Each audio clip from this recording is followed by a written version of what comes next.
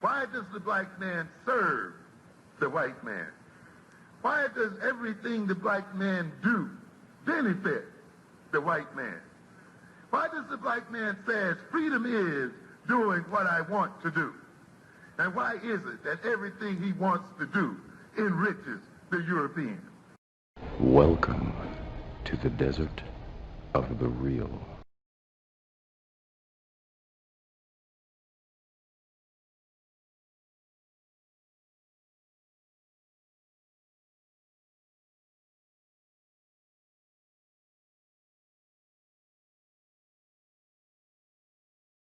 All right, so let's move on to number 7. Know the definition of power, the ability to define your own reality and have others submit to your definition as if it were their own. Okay, Holip, you're gonna have to stop because once again, like and you like described it perfectly. And when it comes to power, this is something that I personally didn't come to realize until learning more from the BAIO. And see, the thing that's so special to me about the BAIO is that, and that's why I gravitated toward it, because I feel like it found me, right?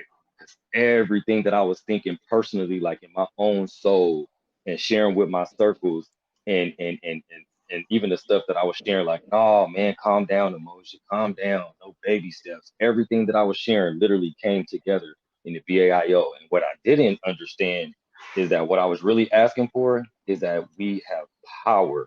We stop asking for it and actually going to get it for our damn selves. And that definition is perfect. The ability to define your own reality and have others submit to your definition as if it were their own. I actually want power. And I feel like those of us Negroes who are in power here in this country do not want power. They just want a semblance of power and want it to seem like they are powerful. So that's all I gotta say. Really, just like a thank you for giving me a definition for what it is that I'm seeking. And it is, it's power. And we don't talk about it because I think that we're scared of it. I really do. I really do think that we're scared of it, and that we don't think that we could ever obtain it. So we'll just keep on marching, praying, and forgiving instead of saying, "Fuck that, man! I want to fight. I want to really do this." That's all I got. I don't think I want to add too much to it, brother. But can you read that one more time? Number 7. Yes, please.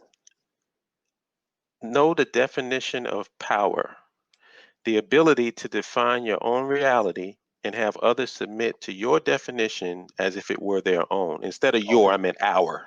Right. Right. Okay, so and real quickly for me, if you're listening to this and you're not a part of the BAO or any kind of nationalist organization, you may see that as sort of like some pseudo militant stuff, but in reality, it's very beautiful the way we look at it, which is really this. Once we control our own context, that gives you the power. Until you control your own context, you have no power. And really, you are just pissing in the wind when you're asking somebody else to give you the things that you deserve by birthright.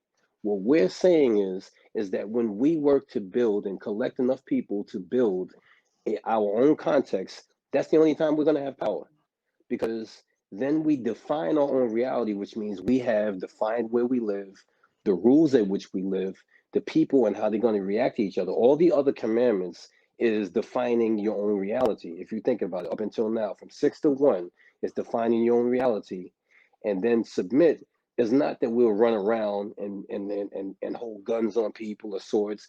But once you come into our reality, they got to submit to our rules. It's really just that simple. It's the same thing as you enter any country. When you go to Canada, you got to submit to Canada's rules. When you go to South Africa, you got to submit to their rules. Every country that you go to, it's assumed you got to submit to their rules. If you're in the military and you go to an Islamic country, what does that mean? As a woman, you got to wear, you got to wear burqa, right? So that's power, because most of these women that go over there would not wear no freaking head covering like that ever. But when you go over there, they've defined their reality, and their reality says, you come over here, you got to wear a head covering. It's the same thing as coming into our reality. You come over here, you got to respect Black people. You got to love them, got to treat them right. You have to understand that we are all people and we all have our nuances, things like that. That's the power that we're talking about. So don't get this twisted like this is some pseudo militant shit, because in reality, what it is it's what you all should have been saying all this time, but you haven't been saying. Indeed. And let me add on to this, because I usually explain, like, I think that this is really one of the most powerful commandments here, because it's something that if we applied this on a social, economic, and political level, we'd be less confused about what we need to do as a people.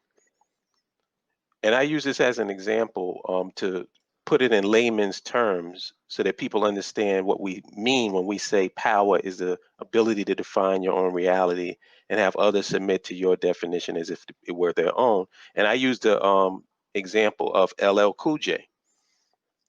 And I asked, why do ladies love Cool J? And the answer is because he told you to. Yep. Every time you say his name, you're saying ladies love Cool J, whether you agree with it or not. Yeah. It doesn't matter, because he defined his reality and you're submitting to his definition as if it were your own. That's power.